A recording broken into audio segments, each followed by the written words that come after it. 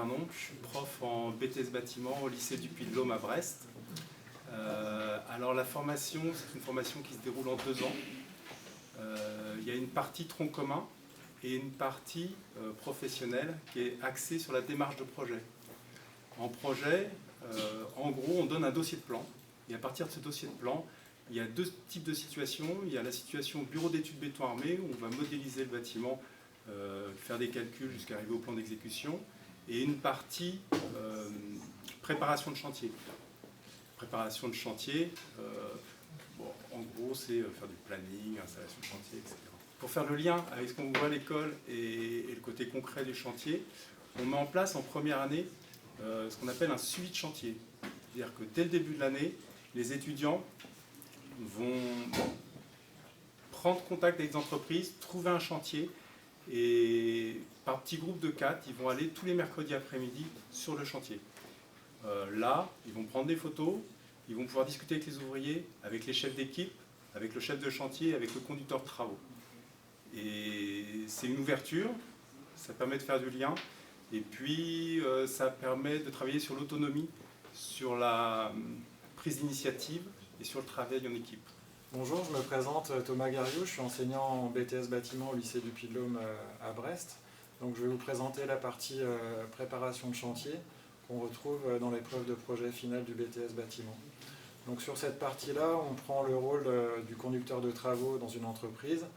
On reçoit les plans d'exécution du bureau d'études structure et on travaille avec ces plans-là. Donc on définit les procédés de réalisation des ouvrages de structure du bâtiment et ensuite on essaye de planifier ces travaux.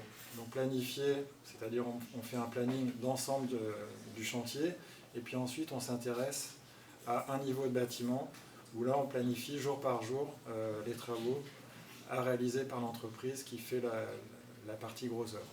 Voilà, donc c'est principalement ça, et puis aussi on fait des plans d'installation de chantier pour définir le matériel qu'on va avoir besoin pour faire le chantier. Et on retrouve ça aussi en suivi de chantier. En première année, les étudiants vont sur un chantier par groupe de 4 et ça leur permet de découvrir un petit peu le bâtiment et puis les procédés de réalisation. Bonjour, donc je m'appelle Olivier Struou, je suis aussi enseignant en BTS bâtiment.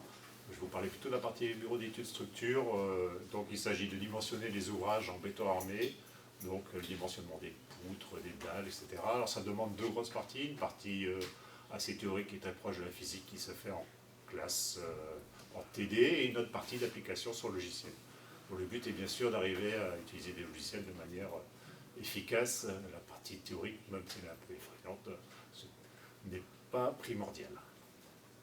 Et également, en complément, il y a des activités de topographie pour avoir des notions d'implantation et de nivellement et de relevé. Et également une autre partie de laboratoire liée au laboratoire, donc des matériaux béton armés, également à certaines expériences de dimensionnement de structure faites sur des maquettes.